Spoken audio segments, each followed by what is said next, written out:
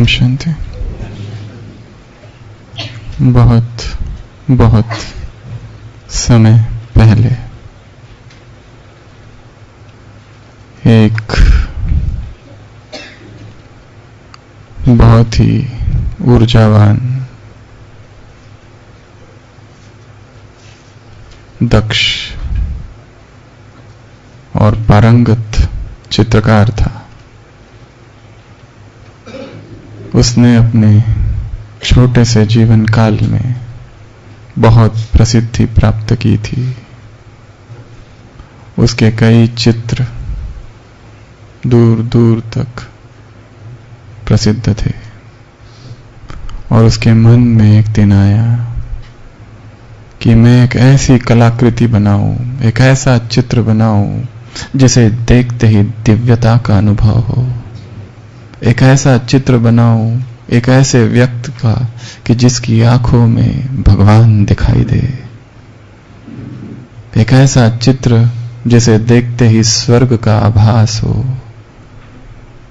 एक ऐसा चित्र कि जो आज तक किसी ने नहीं बनाया। और वो युवा चित्रकार देश देश, जगह जगह, जंगल जंगल, गांव गांव घूमता है। मंदिरों में, मस्जिदों में, धार्मिक स्थलों में, पर उसे ऐसा कोई व्यक्ति नहीं मिलता कि जिसकी आंखों में और जिसके चेहरे में ऐसी दिव्यता और ऐसी रौनक और ऐसी भव्यता जो कि साक्षात स्वर्ग है। बहुत घूमता है, बहुत घूमता है, आखिर एक गांव में पहुंचता है और गांव के इसी एक पहाड़ी पर एक चरवाहा उसे दिखाई देता है, जवान, जो कि इतना इनोसेंट, नादान, निर्दोष चित्त वाला, निश्चल वृत्ति वाला। जैसे ही उस युवा को देखता है ये युवा चित्रकार, उसे लगता है यही वो व्यक्ति है जिसका मुझे चित्र बनाना है। और वो उस युवक का, उस शेफर्ड का, उस चरवाह का चित्र बनाता है। और वो वास्तव में चित्र इतना सुंदर होता है, इतना सुंदर होता है कि वो चित्र इतना प्रसिद्ध हो जाता है कि दूर दूर तक हर गांव में, हर घर में लोग अपने घर में उस चित्र को टंगाते हैं, उस युवा चरवाहे का, जिसे देखते ही दिव्यता का अनुभव हो। मनुष्य में जो कुछ सुंदर है वो उस चित्र में दिखता था। मनुष्य में कितनी सुंदरता हो सकती है, देवत्व प्रकट होता था, डिवाइनिटी इनकार्नेट। उसके बाद 20 वर्ष गुजर जाते हैं और ये युवा चित्रकार अब बूढ़ा हो जाता है। जीवन का एक रूप उसने तब देखा था जब जीवन में सब कुछ सुंदर था, परंतु इन 20 सालों में उसने जीवन के कई कड़वे अनुभव किए थे। और अब उसे लगा कि जीवन का वो केवल एक पहलू था जिसमें सब कुछ अच्छा था। जीवन का एक दूसरा पहलू भी है, एक दूसरा आयाम भी है, एक सेकंड डायमेंशन भी है कि जिसमें कड़वाहट है, जिसमें क्रोध है, क्रूरता है, अगलीनेस है, डर्टीनेस है, गंदगी है, नफरत है, घृणा है, ईर्ष्या है। तो वो सोचता है मुझे अब ऐसे व्यक्ति का चित्र बनाना है जिसमें साक्षात नरक के दर्शन हो, जो इतना घृणा और इतना नफरत से भरा हुआ है कि उस जैसा साक्षात पाप धरा पर कहीं नहीं। और वो फिर से यात्रा आरंभ करता है, फिर से ढूंढने लगता है, पागल खानों में जाता है, शराब घरों में जाता है, वेश्यालयों में जाता है, उन सारी चीजों में जाता, जगह पर जाता है जहां पर नफरत हो, गंदगी हो, विकार हो। ढूंढते ढूंढते ढूंढते आखिर वो एक कारागार में पहुंचता है, एक जेल में, एक बंदी गृह में।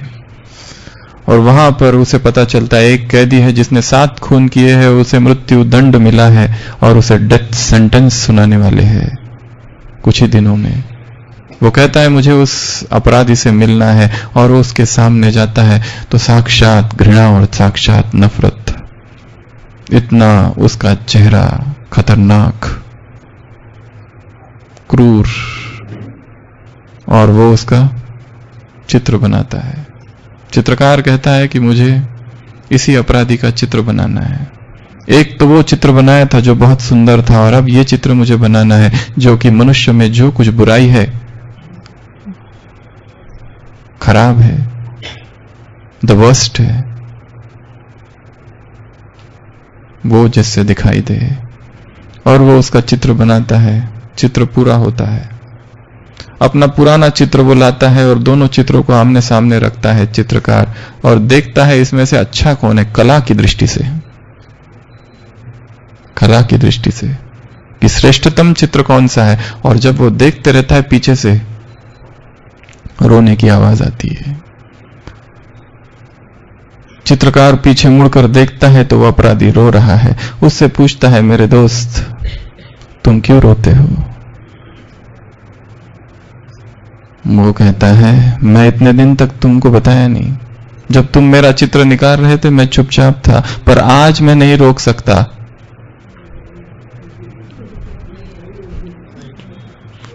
जो चित्र तुमने पहला बनाया था वो भी मैं ही हूं। जो चरवाहा तुमको उस पहाड़ी पर मिला था और जिसके जीवन में वो सुंदरता थी और वो पवित्रता थी और वो दिव्यता थी, वो मैं ही हूं। और मैं अब देखता हूं कि इस 20 वर्ष में मैंने ये कौन सी यात्रा पार कर ली।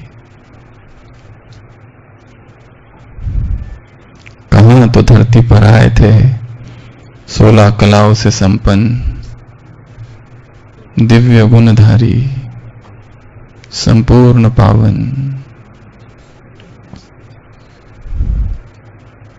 कंचन काया, एक छत्र साम्राज्य। और कहा अब सुंदर से शाम, सॉल्वेंट से इंसॉल्वेंट, प्रिंस से बेगर, ये देवताओं ने भी कैसी यात्रा पार कर ली। कैसे सुंदर चित्र थे हमारे, जिन्हें देखकर ही दिव्यता का अनुभव होता है। और अब ये कैसा चित्र बन गया है, और है एक ही व्यक्ति। आज सुबह की अव्यक्त वाणी।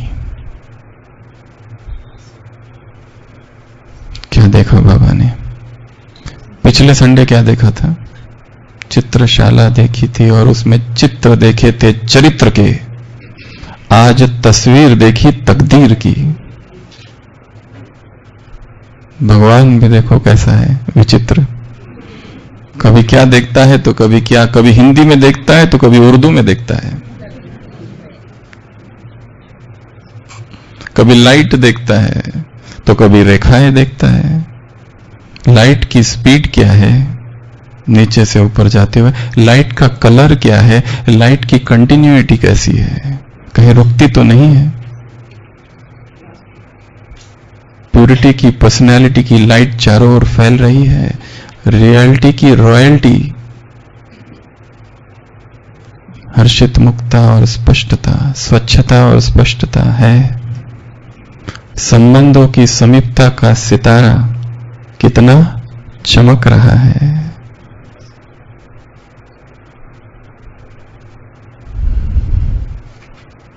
कभी क्या देखता है तो कभी क्या देखता है। ऐसी अद्भुत चित्रशाला बाप दादा देख रहे हैं। तो आज बाबा ने क्या देखा? तस्वीर देखी। कौन सी तस्वीर?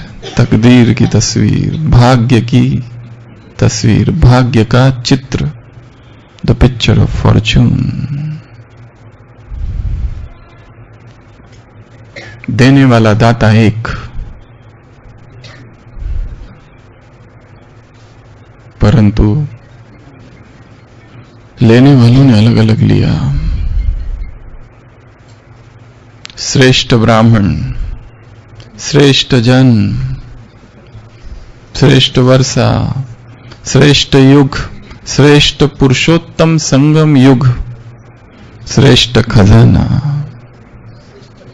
श्रेष्ठ परिवार, श्रेष्ठ वेला, श्रेष्ठ तकदीर की रेखा, परंतु फिर भी तस्वीर अलग अलग क्यों?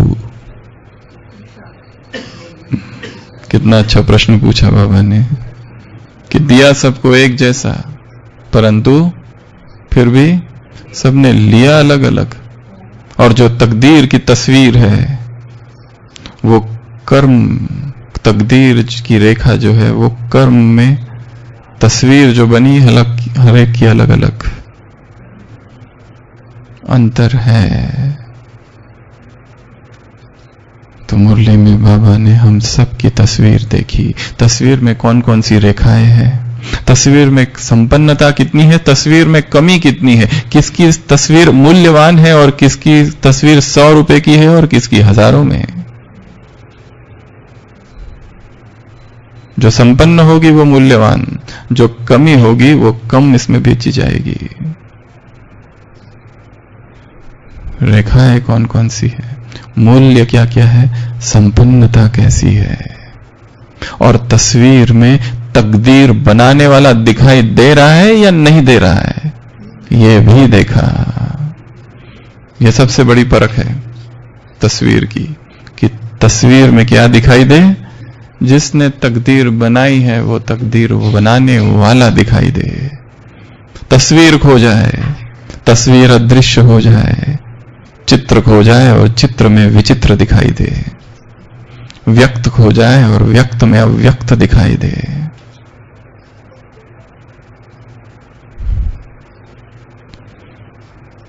तो तस्वीर हमारी कैसी है, चित्र हमारा कैसा है, कमियों वाला है या संपन्न है, रंग कौन से है उस चित्र में और कैसे रंग है।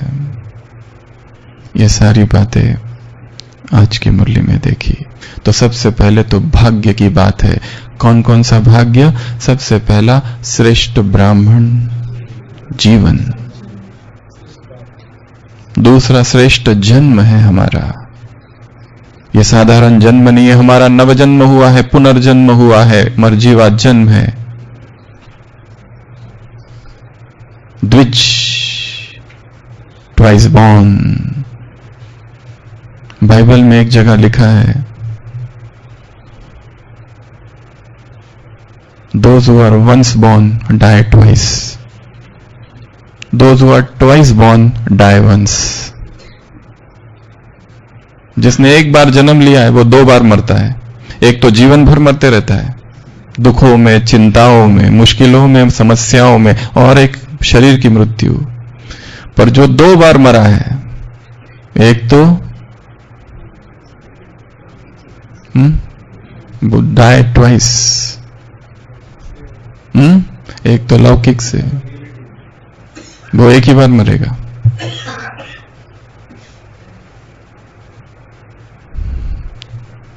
Unless and until you are twice born, you shall not inherit the kingdom of heaven। जब तक तुम्हारा नया जन्म नहीं होगा, स्वर्ग का राज्य तुम्हारा नहीं होगा। तो यह जन्म कैसा है? श्रेष्ठ जन्म। यह परिवार कैसा है? श्रेष्ठ परिवार। यह वेला कैसी है? श्रेष्ठ वेला।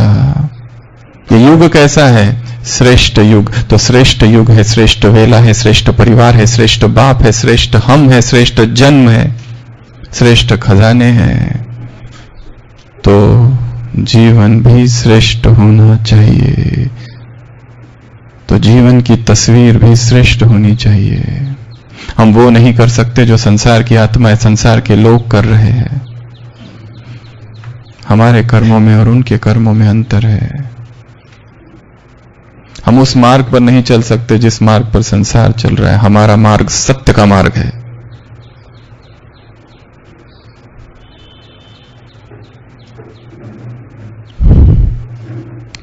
समर्पण का मार्ग है, निश्चय का मार्ग है, पवित्रता का मार्ग है।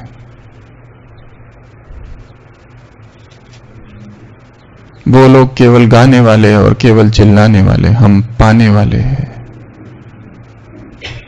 Not everyone who cometh and saith, Lord, Lord, but he that doeth the will of my Father shall enter the kingdom of heaven.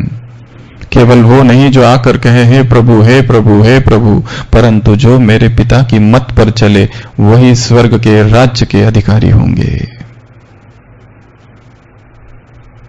पहले तो संसार उस पिता को ही नहीं जानता। ऐसा घोर तिमिर, स्टार्क डार्कनेस संसार में है। तो सबसे पहली बात आज की मुरली से, स्वयं की ग्रेटनेस, स्वयं की महानता, स्वयं की दिव्यता को स्वयं जानना है। स्वयं स्वयं को मान देना अर्थात सुमान। हमें दूसरों के मान की आवश्यकता नहीं है। एक बहुत बड़ा चित्रकार इस जगत में कभी हुआ था जिसको अपने जीवन में कभी कोई मान नहीं मिला। वो एक ऐसा चित्रकार है कि कला के जगत में उसका होना संसार को दो भागों में विभाजित करता है, उसके पहले का युग और उसके बाद का युग। पर उसके जीवन काल में कभी किसी ने उसे सम्मान नहीं दिया। उसकी एक भी पेंटिंग कभी बेची नहीं गई। लोग उसकी हंसी उड़ाते थे। Vincent van Gogh, Dutch painter. उसे वो सब स्वीकार नहीं था जो संसार के लोग करते हैं। उसे किसी के लिए काम करना स्वीकार नहीं था, जैसे बाकी भी पेंटर हुए, माइकल एंजेलो भी हुआ है, पर उसमें और डच विंसेंट वॉन गॉग में बहुत अंतर है। उसे किसी के लिए चित्र बनाना और वो खरीदे कोई और फिर पैसे मिले, इसके लिए वो नहीं करता था। उसके चित्र अद्भुत थे। लोग हंसते थे, ये कैसे चित्र है तुम्हारे। एक भी पेंटिंग उसकी कभी बेची नहीं गई उसके जीवन काल में। भूखा मरता था पर पागल था, चित्र बनाते रहता था। फ्रांस के एल्स में सूरज की तपती धूप में बैठकर सूर्य का चित्र बनाता था दिन भर। सनफ्लावर के चित्र बनाता था, प्रकृति के नेचर के चित्र बनाता था। पर विचित्र चित्र रहते थे उसके चित्रों में। झाड़ इतने ऊंचे थे कि आसमान से ऊपर जा रहे। लोग कहते तुम पागल तो नहीं हो गए, ये कैसे झाड़ बनाते हो। वो कहता है मैं झाड़ की पुकार को सुनता हूं। झाड़ ऊंचाई में उड़ना चाहता है, आकाश से परे जाना चाहता है। उसके चित्र विचित्र थे, जो देखना चाहे देख सकते हैं। ऐसे ऐसे विचित्र चित्र। उसके जीवन काल में उसे कुछ नहीं मिला, न प्रसिद्धि मिली, न कुछ मिला, न कुछ मिला। उसका छोटा भाई था, वो उसको पैसे भेजता था ताकि ये भूखा मर ना जाए। और उसके छोटे भाई ने एक बार किसी व्यक्ति को पैसे दिए और कहा कि जाओ इसके दुकान का चित्र खरीदो। और वो व्यक्ति आता है और विंसेंट वैन गॉग की चित्रशाला में इतने चित्र है और वो कहता है ये चित्र मुझे दे दो। वो कहता है ये चित्र तुमने बाकी चित्र देखे भी नहीं। मैं देखता हूं कि तुम्हारी आंख चित्रकला की नहीं है, तुम जरूर कुछ गड़बड़ कर रहे हो, जरूर तुम्हें किसी ने भेजा है, परख शक्ति तुम में नहीं है। और फिर वो पता करता है तो पता चलता है उसके भाई ने भेजा है। उसको बहुत दुख होता है। वो कहता है मुझे तुम्हें अपना चित्र नहीं भेजना है, जाओ। कोई भी चित्र बिकता नहीं है उसका उसके जीवन काल में।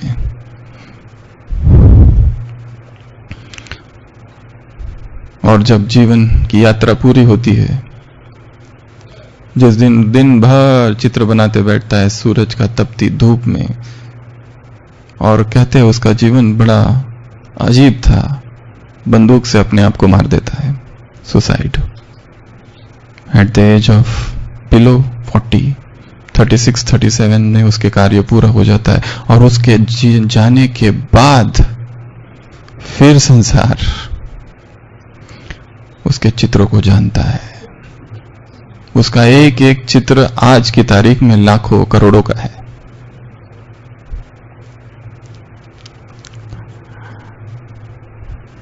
क्योंकि उसके अपने सिद्धांत थे, वो बातें करता था प्रकृति से। उसे उन सब चीजों से कोई लेना देना नहीं था, संसार से, संसार की रीति रस्म रिवाज। उसके पिताजी तो चाहते थे वो पादरी बने, पर वो कहता था मैं पादरी बन के क्या करूं, झूठ बोलूं, लोगों को क्या सुनाऊं भगवान के बारे में, मुझे भगवान खुद ही पता नहीं कौन है, और मैं भगवान के बारे में सुनाऊं तो झूठ हो जाएगा।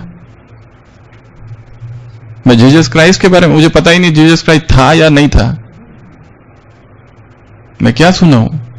अगर मैं पादरी बनता हूं तो झूठ ही झूठ रहेगा जीवन में, और मुझे झूठ स्वीकार नहीं। वो अपने किस्म का व्यक्ति था। किसी ने एक बार उसको कहा था, एक स्त्री ने, तुम्हारी कान बहुत सुंदर है। उसने कहा तुम पहली स्त्री हो जिसने कहा मेरा भी कुछ सुंदर है। वो अपने कान काट के पैकेट में डाल के उसको लेके जाके देता है, ब्लीडिंग ईयर। उसके चित्र भी आप देख सकते हैं, उसका कान बह रहा है।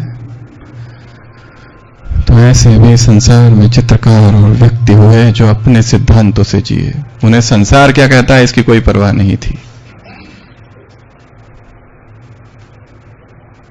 ये बात हम इसके लिए कह रहे हैं कि बाबा ने हमारा जीवन इतना ऊंचा, इतना श्रेष्ठ, इतना महान, इतना दिव्य बनाया है कि उसी ऊंचाई में रहना है। फिर संसार क्या कहता है, संसार क्या सोचता है, इसकी हमें कोई परवाह नहीं। तो श्रेष्ठ बाप, श्रेष्ठ ब्राह्मण आत्मा, श्रेष्ठ जीवन, श्रेष्ठ जन्म, श्रेष्ठ वेला, श्रेष्ठ तकदीर की लकीर, श्रेष्ठ परिवार, श्रेष्ठ खजाना, कितने सारे श्रेष्ठ गिना है मुरली में।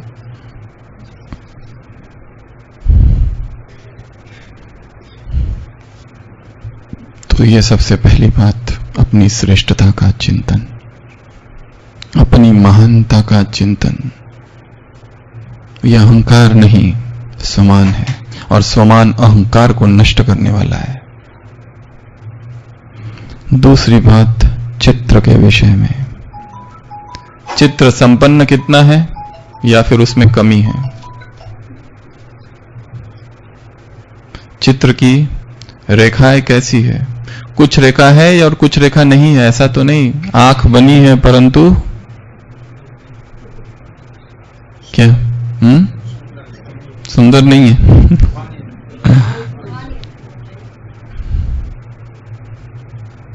बाबा ने हम सबका कितना सुंदर चित्र निकाला है, हर एक का।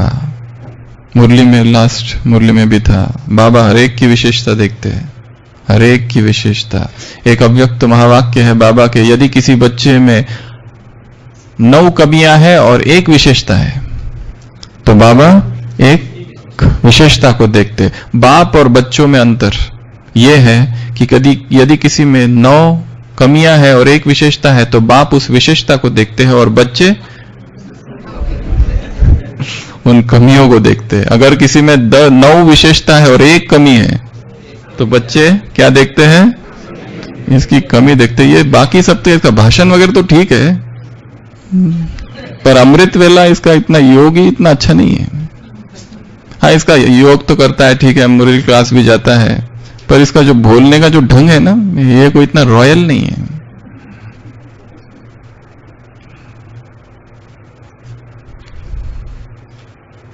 इसका बाकी सब ठीक है, पर इसकी थोड़ी दृष्टि में गड़बड़ है।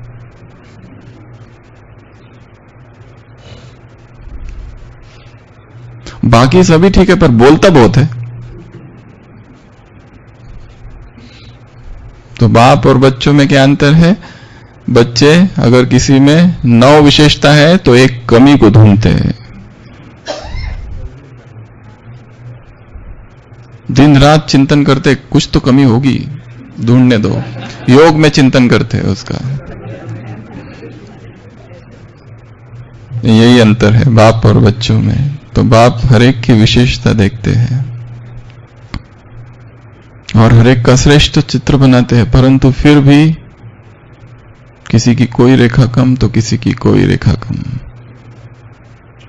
तो चित्र में 5 रेखाएं देखी। क्या देखा बाबा ने चित्र में? 5 रेखाएं, उनमें से 2 बहुत महत्वपूर्ण है, मस्तक और नैन वाली। शोभा है शरीर चित्र की। एक राजा होता है जो कि अंधा होता है एक आंख से, और उसका एक पैर भी नहीं होता है, और वो एक बार अपने राजमहल में घूमते रहता है तो उसे देखता है पूर्वजों के चित्र दिखते हैं, उसके पिताजी, उसके दादा, उसके परदादा, सबके चित्र टंगे हुए हैं। वो सोचता है मेरा कोई भी चित्र नहीं, मेरे जाने के बाद क्या होगा। तो राज्य में घोषणा करता है कि ऐसा कोई चित्रकार आए और मेरा चित्र निकाले। तो पहला चित्रकार आता है, राजा का चित्र निकालता है, एक आंख से अंधा और एक आंख से लंगड़ा। राजा चित्र देखता है, इतना क्रोधित हो जाता है, कहता है चित्रकार को 10 साल की सजा सुनाई जाए।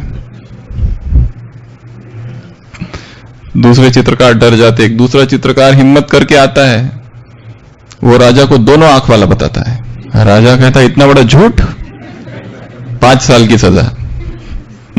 फिर एक गूढ़ चित्रकार आता है, वो एक ऐसा चित्र बनाता है, ऐसा चित्र बनाता है कि राजा उसको देखकर इतना खुश हो जाता है।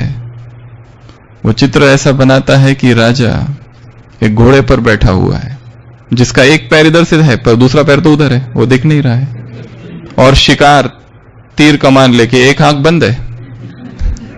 तो ऐसा चित्र बनाता है। तो राजा बहुत ही खुश होता है, इतना सुंदर चित्र कि उसकी कुरूपता को वो छुपा देता है, क्योंकि एक पैर उधर और एक आंख बंद, क्योंकि तीर लगा रहा है निशाना। तो बाबा भी तो हमारा ऐसा ही चित्र बनाता है,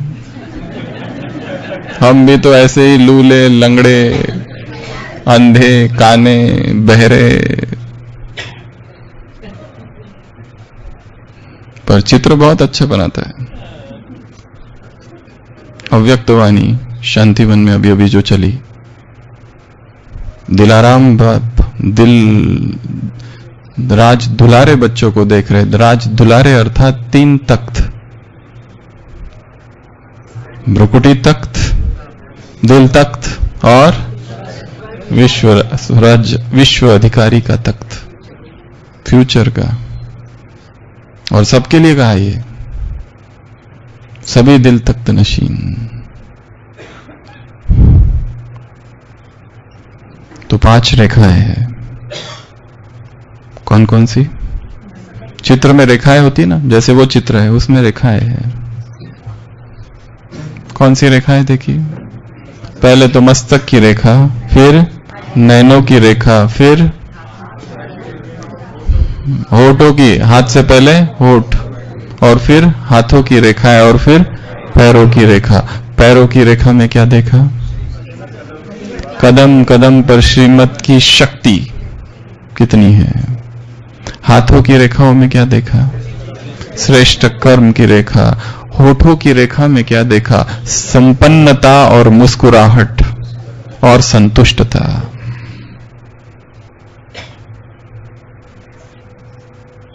smile is a curve that makes everything straight. English में कहते हैं मुस्कुराहट क्या है? कर्व है, पर बाकी सभी चीजों को सीधा कर देती है। आंखों में क्या देखा? रूहानियत की, रूहानी दृष्टि की शक्ति। मस्तक में क्या देखा? मनसा वृत्ति की शक्ति। तो मनसा अर्थात मनसा वृत्ति, आंखें अर्थात रूहानियत। तो ये 5 रेखाएं देखी। पांचों ही रेखा किस किस की बहुत अच्छी थी, और सभी थी अखंड थी, सुंदर थी, और किसी किसी की टूटी थी, किसी में कुछ था और कुछ नहीं था। तो सबसे पहला है मनसा, मनसा वृत्ति। यदि संसार की किसी एक आत्मा के प्रति भी घृणा है तो हम संपन्न नहीं बन सकते। यदि इस संसार की किसी एक आत्मा के प्रति भी हमारे मन में घृणा, नफरत, ईर्ष्या, तो हम संपन्न नहीं बन सकते। मनसा वृत्ति को इतना ऊंचा उठाना, इतना महान बनाना कि संसार की जितनी आत्माएं हैं, इतनी शुभ भावना उनके लिए भरना बहुत बड़ा पुरुषार्थ है। जो हमारी स्तुति करते हैं, तारीफ करते हैं, प्रशंसा करते हैं, उनके लिए शुभ भावना रखना बहुत आसान है। पर जो क्या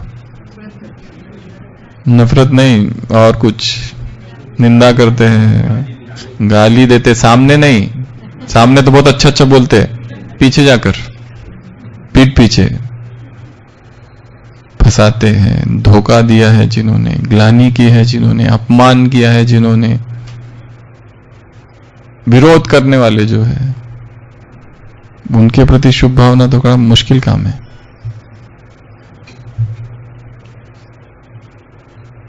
पर मनसा रेखा अर्थात मनसा इतनी शुद्ध, इतनी पवित्र, इतनी निर्मल हो कि किसी के प्रति हमारे मन में कोई नेगेटिविटी नहीं,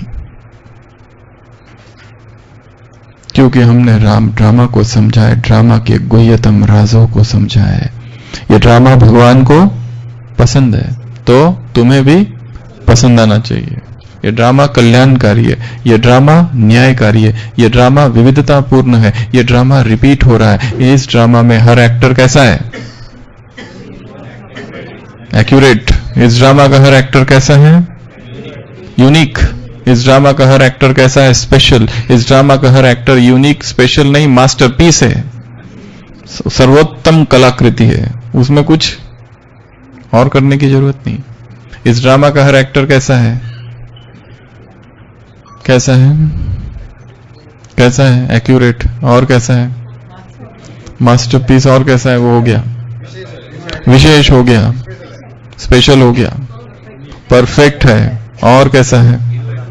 हीरो एक्टर है। और कैसा है? मास्टर सर्वशक्तिमान। सारे। इस ड्रामा का हर एक्टर कैसा है?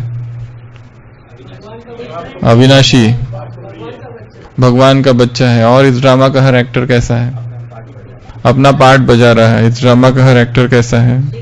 डिफरेंट है, एक ना मिले दूसरे से। हर एक के संस्कार, स्वभाव, प्रारब्ध, बीमारी, विशेषता सब कुछ अलग है। इस ड्रामा का हर एक्टर कैसा है? हाँ, यूनिक, वो हो गया आर्टिस्ट है। और इस ड्रामा का हर एक्टर कैसा है? वो हो गया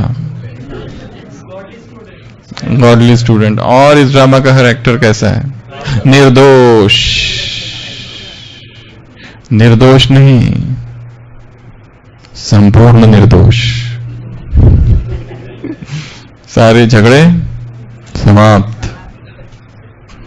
इस ड्रामा का हर एक्टर संपूर्ण निर्दोष है। हर एक अपना पार्ट प्ले कर रहा है, उसका पार्ट ही वैसा है। लक्ष्मण को दुख नहीं होता है कि ये रावण इतना जोर जोर से क्यों हंसता है, क्योंकि पार्ट प्ले कर रहे। थोड़ी देर के बाद लक्ष्मण और रावण स्टेज के पीछे बैठकर चाय पी रहे हैं।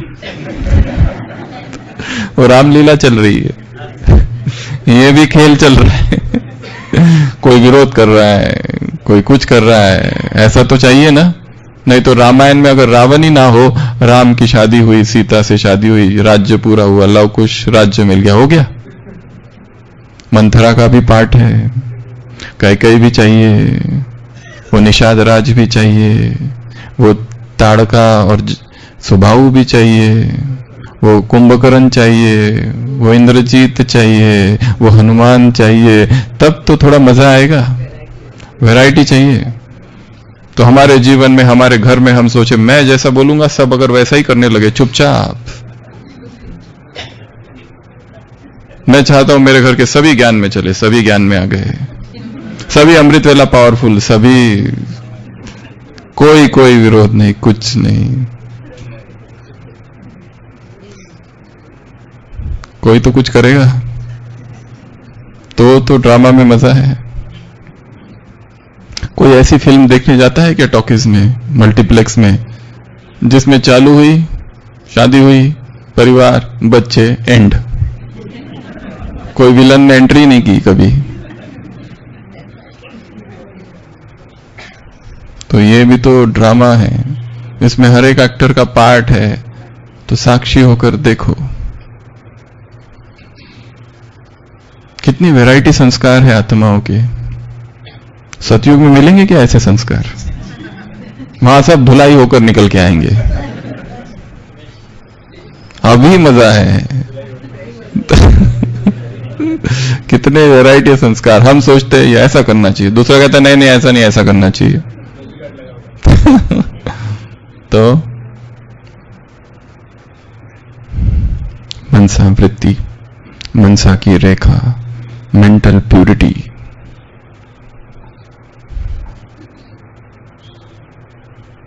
मनसा को श्रेष्ठ बनाना, मन के संकल्पों को महान बनाना, सारा काम मन पर करना है, मन नीचे ना हो जाए। इसके लिए उसको कीप ऑन फीडिंग, पावरफुल विचारों से उसको भरते जाओ, मुरली से सामान लेते जाओ, अभ्यास करते जाओ, ताकि वो नीचे ना उतर जाए, क्योंकि उसका स्वभाव है नीचे आना।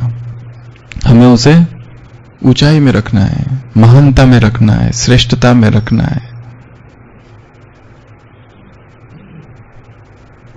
Self purification. इतना किचड़ा और इतनी गंदगी इसमें भरी है, पता नहीं कहां से आ गई।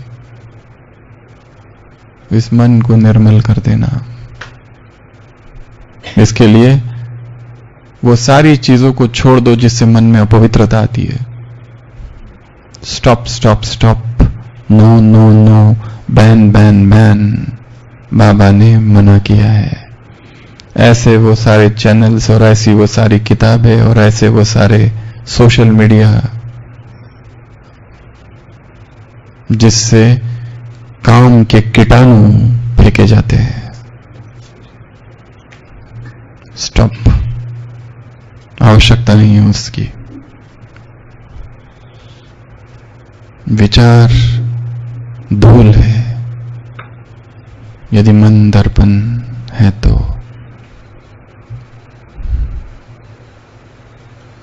और इसको स्वच्छ करते रहना, इसके लिए श्रेष्ठ संग करते रहना, श्रेष्ठ अध्ययन करते रहना, श्रेष्ठ देखते रहना। ऐसे कोई काम ना करना जिसके लिए पश्चाताप हो। और ये संगठन, ये यज्ञ किला है, इस किले के अंदर रहेंगे तो पाप नहीं होंगे, इस किले के बाहर जाते ही विकर्म होंगे। तो मनसा की रेखा अर्थात श्रेष्ठ संकल्प, श्रेष्ठ भावनाएं, श्रेष्ठ दृष्टिकोण, सब कुछ महान, सब कुछ श्रेष्ठ। दूसरा है रूहानी दृष्टि की शक्ति, दृष्टि पर काम करना है।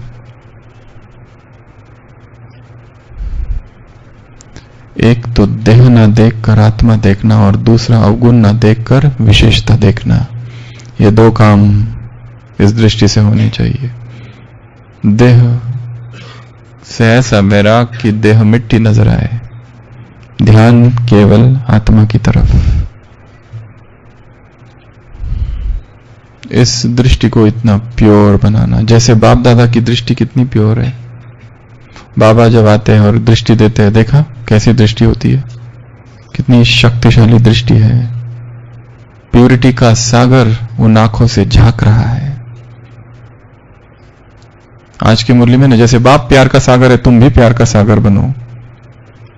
जैसे वो ज्ञान का सागर है, तुम भी ज्ञान के सागर बनो। जैसे वो संपन्न है, तुम भी संपन्न बनो।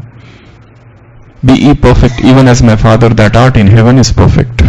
बाइबल में एक जगह लिखा है, वैसे ही संपन्न, संपूर्ण और परफेक्ट बनो जैसे मेरे पिता संपूर्ण, संपन्न, परफेक्ट है।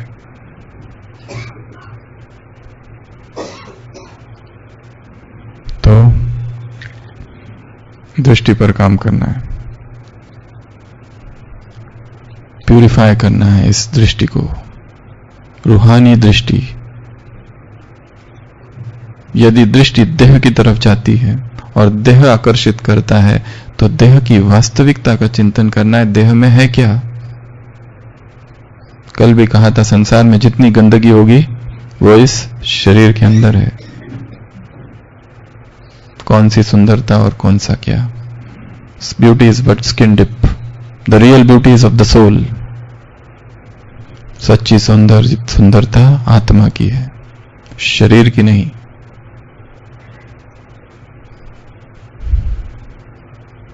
तो अपनी विजन को प्यूरिफाई करने के लिए एक अभ्यास है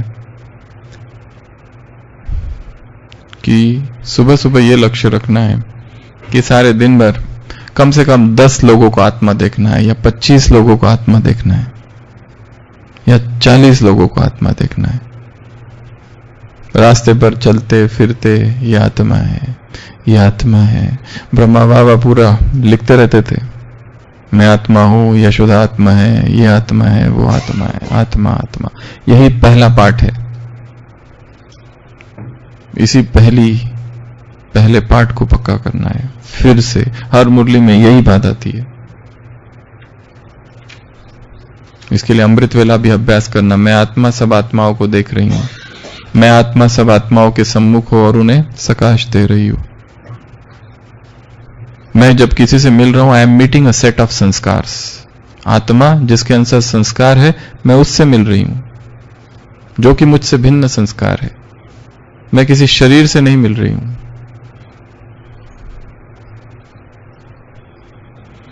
तो रूहानी बनानी है अपनी दृष्टि को। तीसरा बताया, मुस्कुराहट, संपन्नता, संतुष्टता, कंटेंटमेंट। मनुष्य का मन ऐसा है कि उसको इतनी चीजें चाहिए, इतनी चाहिए, और जैसे ही मिल जाती है व्यर्थ हो जाती है, फिर दूसरी चाहिए।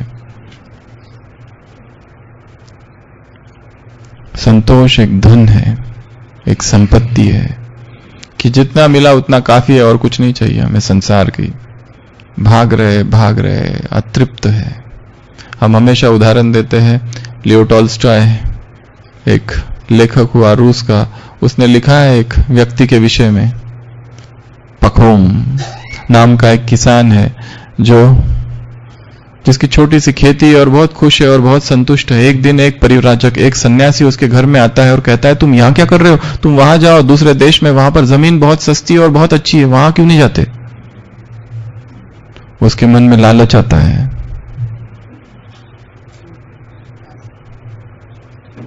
How much land does the man need, ये उस कहानी का शीर्षक है। 1886 में पब्लिश हुई ये कहानी। वो व्यक्ति उसको बेचता है और उस नई जगह पर जाता है, लोगों से पूछता है, या जमीन के क्या भाव? लोग कहते हैं जमीन के भाव यहां मुफ्त मिलती है, पर एक ही शर्त है, जितना तुम भागोगे उतनी जमीन तुम्हारी, पर वापस भी वहां पहुंच जाना। वो रात भर सो नहीं पाता, बेचैन रहता है, कितना भागू और कितना नहीं। सुबह पहुंचता है, सारे गांव वाले वहां खड़े हैं, लकीर है, और वहां से भागना चालू करता है कि जितना मैं चलूंगा वो जमीन मेरी, परंतु शर्त है सूर्यास्त से पहले वापस पहुंचना है। भागने लगता है, भागने लगता है, भागने लगता है, भागने लगता है। प्यास लगती है, सोचता है पानी पीने के लिए रुका तो जमीन थोड़ी कम हो जाएगी, पानी तो बाद में जीवन भर पीते रहूंगा। जमीन बॉटल फेंक देता है और भागता है और हांफता है और भागता है और हांफता है। भूख लगती है, सोचता है खाना खाने के लिए रुका, खाना तो लाया हूं, पर रुका तो जमीन कम हो जाएगी ना। खाना फेंक देता है और भागने लगता है और भागने लगता है, और 12 बज जाता है। सोचता है वापस जाना चाहिए क्योंकि पहुंचना भी है, परंतु सामने की जो जमीन है थोड़ी ज्यादा हरी हरी दिख रही है। आज कहा बाबा ने, पंजाब और हरियाणा वाले खुशी से हरे भरे, बिहार अर्थात बहार, राजस्थान अर्थात श्रेष्ठ चित्र, तमिलनाडु अर्थात नगाड़ा बजाने वाले, बाप को प्रत्यक्ष करने वाले। एक एक स्टेट के साथ में बाबा ने एक एक जोड़ के रखा है। महाराष्ट्र अर्थात महान कार्य करने वाले, गुजरात अर्थात रात बीत गई। हर एक के साथ एक एक जोड़ा है। तो वो सोचता है अभी वापस जाऊं, परंतु सामने की जमीन ज्यादा उपजाऊ, उर्वर, फर्टाइल। थोड़ा सा भागता हूं फिर चले जाऊंगा, और भागता है। 2 o'clock सोचता है अभी तो लौटना चाहिए, नहीं तो पहुंचूंगा नहीं, परंतु सामने की जमीन आहा थोड़ी सी मिल जाए तो थोड़ा सा और भागता है। और फिर तो 4 बज जाते, सोचता है अब तो वापस लौटना ही पड़ेगा, और लौटना चालू करता है। अब इतनी तेजी से भागता है, इतनी तेजी से भागता है क्योंकि बहुत कम समय है, सूर्यास्त होने को है, और इतना भागता है और हांफता है और भागता है और हांफता है। And running and painting and running and painting, भागता है। दिखाई देते गांव वाले इंतजार कर रहा है, और जोर से भागता है, परंतु इधर सूर्यास्त हो रहा है। इतना तेजी से भागता है कि लकीर के पहुंचने से कुछ अंतर में ही धड़ाम से नीचे गिरता है और मर जाता है। गांव वाले कहते हैं आज एक पागल फिर मर गया, क्योंकि रोज एक ऐसा आता है। How much land does the man need, उसको उतने ही जगह में दफनाया जाता है। पर मनुष्य ऐसा है कि भाग रहा है और भाग रहा है और भाग रहा है, और भगवान आया है कहता है चलो वापस, वो कहता है 5 मिनट्स, थोड़ी सी जमीन ले लेता हूं, जमीन थोड़ी ज्यादा, एक प्लॉट और ले लेता हूं, बच्चों के काम आएगा, एक घर थोड़ा बना लेता हूं और थोड़ा ये बैंक का भी देख लेता हूं। पुरुषार्थ तो होते ही रहेगा। पुरुषार्थ कहीं भागा जा रहा है क्या? अमृत वेला तो खड़ा ही है अपनी जगह, पर रात में काम भी तो करने हैं। 12 बजे तक तो काम करना ही है, अमृत वेला होते रहेगा। भगवान कहता है आ जाओ, मैं लेने आया हूं, बीत चली दुख भरी रात, स्वर्णिम प्रभात मैं लाया हूं, त्यज अगर मगर आ जाओ इधर राजयोग की राहों में। पर हम कहते हैं रिलैक्स, बाबा कूल, बाबा को डोंट गेट स्ट्रेस्ड, हम सब संभाल लेंगे, हम है ना शांत। बाबा इतना उतावले क्यों हो रहे हो? Have patience, patience of Sagar of patience, ocean of patience को हम पेशेंस देते हैं। हैव पेशेंस, हम पहुंच जाएंगे, आप जाओ आगे, बाकियों को लेके जाओ, मैं आ रहा हूं, बस थोड़ा सा पैसा कमाना है। हिम्मत दिलाते हैं बाबा को।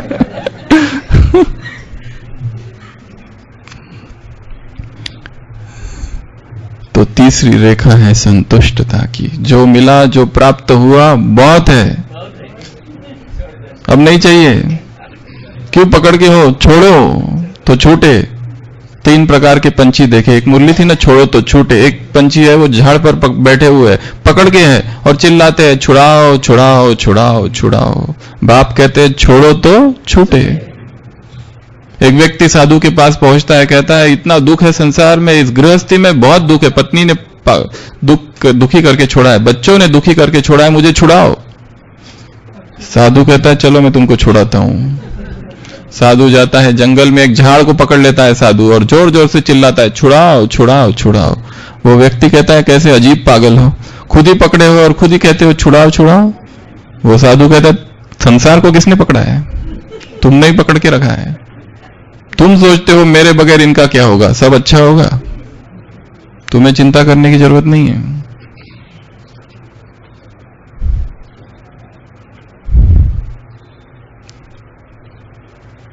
बिना तुम्हारे भी संसार चल सकता है। हम सोचते हैं मेरे पत्नी का, पति का, बच्चों का मेरे बगैर क्या होगा, अच्छा ही होगा, तुम ही बाधा हो।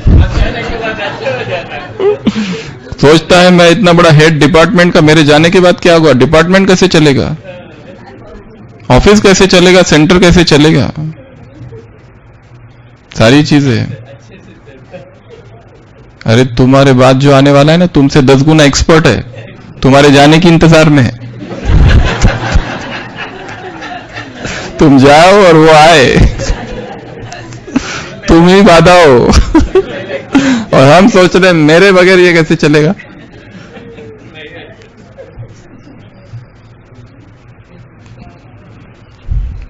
चाहे अध्यात्म का क्षेत्र हो या संसार का क्षेत्र, हम केवल निमित्त हैं। मोहम्मद रफी ने एक बहुत सुंदर बात कही है। उन्होंने कहा है कि ये जो आवाज खुदा ने मुझे दी है, अगर वो चाहता तो किसी और की हलक में, कंठ में ये आवाज डाल सकता था। धन्यवाद उसका, मेरा नहीं है। मोहम्मद रफी जैसी आवाज एकमात्र आवाज होगी सृष्टि पर नम्रता देखो कितनी है। क्या कहता है, खुदा ने मेरे कंठ में आवाज डाली है, वो चाहता तो किसी और के गले में भी डाल सकता था। उसने मुझे निमित्त बनाया है भगवान ने इस सेवा के लिए, वो चाहे तो किसी और को भी बना सकता है। इसके लिए अपना अहंकार नहीं, जाई विधि राखे राम ताई विधि रहिए, धाय विल शैल बी डन, होई सोई जो राम रचि राखा।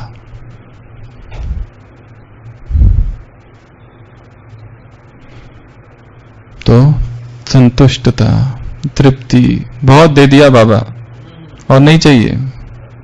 और अतृप्ति एक संस्कार है, असंतुष्टता एक संस्कार है। कितना भी मिला नहीं मिलता है, ऐसा लगता है कुछ और चाहिए। टोली लेने जा रहे हैं, सबसे छोटा आम हमको मिला। टोली मिल रही है, दूसरों को 4 बादाम मिली, मुझे 1 ही मिला। सबकी हाथों में देख लिया, तुम्हारे कितने हैं? तुमको 3 बादाम, मुझे 1। यहां पर भी पक्षपात। जानबूझ के मुझे 1 दी होगी। मुझे पता था इसका कुछ तो है मेरे बारे में, इसके लिए मुझे देखते ही 1 बादाम दे दी। और जरूर इसका कुछ लगाव है उधर। 4 उधर क्यों थी?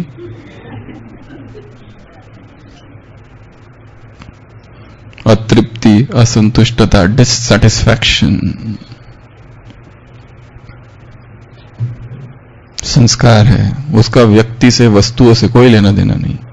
एंड्रयू कार्नेगी सबसे रईस आदमी था अमेरिका में। जब वो मरा उसके बाद में 10 अरब बहुत संपत्ति थी, फिर भी दुखी होकर मरा।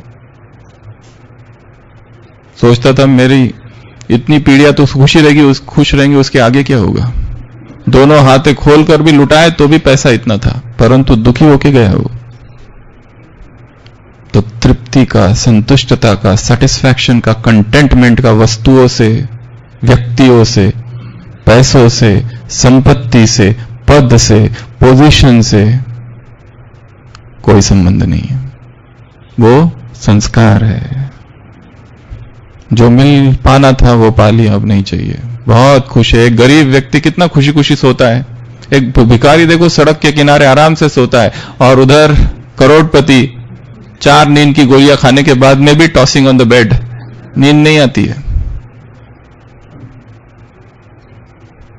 तो तीसरी रेखा है संतुष्टता की। चौथी रेखा है हाथों की। हाथ क्या करे? श्रेष्ठ कर्म करे। हमारे हाथों से कोई विकर्म, पाप कर्म ना हो जाए। पुण्य करते जाओ, लुटाते जाओ।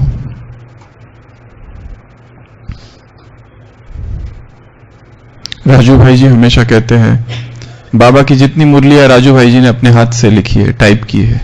कितना पुण्य मिल गया इन हाथों को। सफल हो गए ना हाथ। भगवान के महावाक्य इन हाथों ने लिखे। कितना भाग्य है। तो हमारे हाथों से पुण्य हो, वरदान हो, दे दूसरों को आथत दे, साहस दे, धैर्य दे, सहयोग दे। सहयोग के नोट्स अपने जेब में रखो, बाबा ने किसी मुरली में कहा था। तो चौथी रेखा कौन सी है? श्रेष्ठ कर्मों की रेखा। और 5वीं रेखा पाव की। क्या? श्रीमत पर चलने की शक्ति। जो श्रीमत पर है स्वतः सुरक्षित है। जिसने श्रीमत तोड़ी, श्रीमत से बाहर गया, असुरक्षा। तो श्रीमत को समझना, श्रीमत को जानना, श्रीमत की गहराई में जाना। तो ये 5 ही रेखा आवश्यक है। एक रेखा मन की, दूसरी रेखा दृष्टि की, तीसरी रेखा संतुष्टता की, चौथी रेखा श्रेष्ठ कर्म की, और 5वीं रेखा मर्यादाओं की, श्रीमत की, रूल्स की, रेगुलेशंस की, लॉस की, कोड्स ऑफ कंडक्ट की, डिक्टेट्स की, कमांडमेंट्स की। इसके लिए उन श्रीमत की रेखाओं को भी जानना है। ब्राह्मण जीवन की श्रीमत क्या है उसको समझना है। तब हमारा चित्र एकदम सच्चा होगा, प्योर होगा, क्लियर होगा। ऐसा चित्र कि जिसमें वो दिखाई दे, तकदीर बनाने वाला दिखाई दे। ऐसा चित्र हमको बनाना है। फिर बाबा ने और भी कुछ बातें की। समय और संख्या की वहां, और हद वहां नहीं है, यहां है। समय, संख्या और हद यहां। वहां समय नहीं है, हद नहीं है, संख्या नहीं है। जिसको मिलना है, जितना समय मिलना चाहो मिल सकते हो, यहां हद है।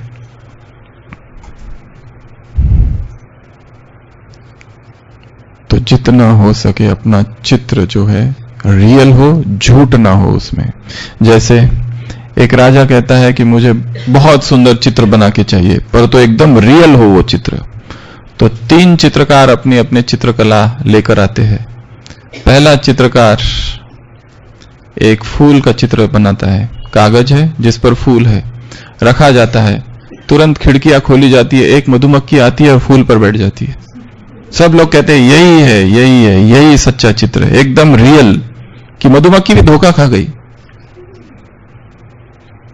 दूसरा चित्रकार को कहते हैं अब तुम अपना चित्र रखो, वो अपना चित्र रखता है, एक फल। एक बंदर कूद कर आता है, राजसी बंदर, और फल के पास पहुंचता है फल खाने के लिए। सब लोग कहते हैं नहीं नहीं ये है रियल चित्र। तीसरे चित्रकार से पूछा जाता है तुमने क्या बनाया? वो कहता है पर्दा। कौन सा चित्र बनाया? पर्दे का, ये है। तो अब किसको बुलाया जाए? तो राजा कहता है मैं खुद ही जाता हूं। राजा वहां पहुंचता है और वो पर्दा इतना रियल होता है कि पर्दा को हटा के राजा अंदर घुसने की कोशिश करता है और धड़ाम से टकराता है। पहले 2 तो जानवर धोखा खा गए, पर यहां मनुष्य भी धोखा खा गया। तो यही सर्वोत्तम चित्र है पर्दे का।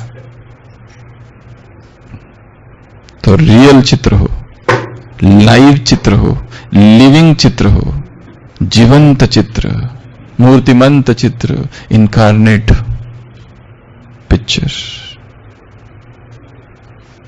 जिसमें तकदीर बनाने वाला दिखाई दे।